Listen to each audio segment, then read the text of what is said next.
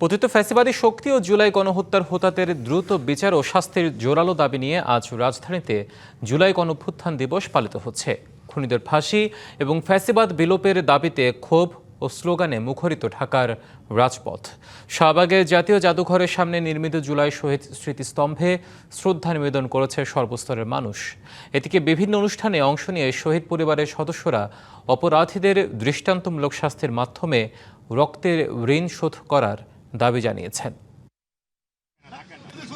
জুলাই গণ অভ্যুত্থান দিবস উপলক্ষে বৃহস্পতিবার সকালে রাজধানীর গুলশানে গ্যালারি হামিদুজ্জামান ও বাংলাদেশ ফটো জার্নালিস্ট অ্যাসোসিয়েশনের যৌথ উদ্যোগে আলোকচিত্র প্রদর্শনীর আয়োজন করা হয়।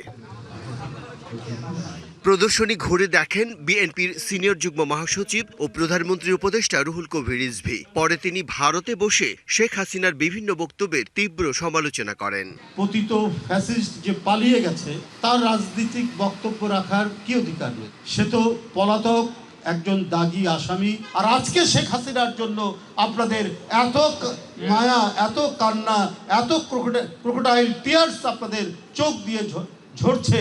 সে কি করে একটি ইন্টারন্যাশনাল সাংবাদিকদের ফোরামে সে বক্তব্য রাখতে পারে? বাংলা কিউআর যেখানে নগদ পেমেন্ট সেখানে। সারা দেশে 10 লাখেরও বেশি মার্চেন্টে নগদে পেমেন্ট করুন খুব সহজে। এটা ভারতীয় মুখপাত্রের ডাবল স্ট্যান্ডার্ড। ওই যে শেখ হাসিনা বলেছিলেন, আমি এমন কিছু দিয়েছি ভারতকে, ভারত চিরদিন মনে রাখবে। এদিকে ঐতিহাসিক জুলাই গণ অভ্যুত্থান দিবস উপলক্ষে ঢাকা বিশ্ববিদ্যালয় ক্যাম্পাসে ভিত্তিপ্রস্তর স্থাপন করা হয় জুলাই স্মৃতিস্তম্ভের।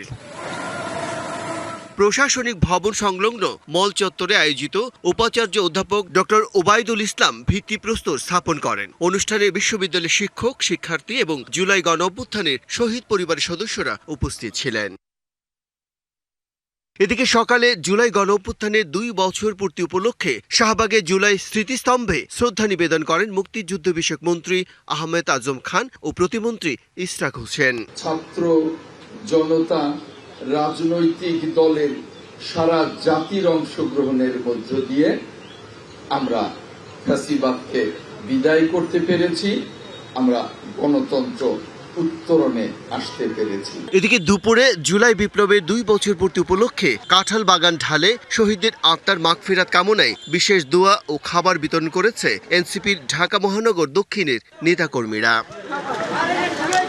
অনুষ্ঠানে দলটির মুখপাত্র বলেন, জুলাই গণ অভ্যুত্থানের গণনা এখনো বাস্তবায়িত হয়নি এবং বিচার প্রক্রিয়াও প্রত্যাশিত অগ্রগতি দেখা যাচ্ছে না। এই গুণধরা রাষ্ট্রকে আমরা শক্তিশালী করতে চেয়েছিলাম, রাষ্ট্রীয় প্রতিষ্ঠানগুলোকে শক্তিশালী করতে চেয়েছিলাম।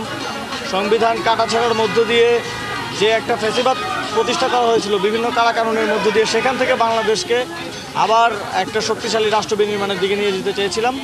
সেই লড়াইটা আমাদের এখনো চলমান আছে বলে আমি মনে করি। জুলাই গণহত্যার সঙ্গে জড়িত শেখ হাসিনা ও তার সহযোগীদের দ্রুত বিচার সম্পন্ন করে সর্বোচ্চ শাস্তি নিশ্চিত করার দাবি জানানো হয় এসব নানা আয়োজনে।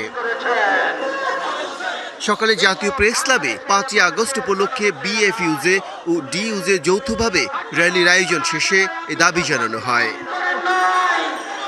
বিজয় কুমার দাস, ডিবিসি নিউজ, ঢাকা।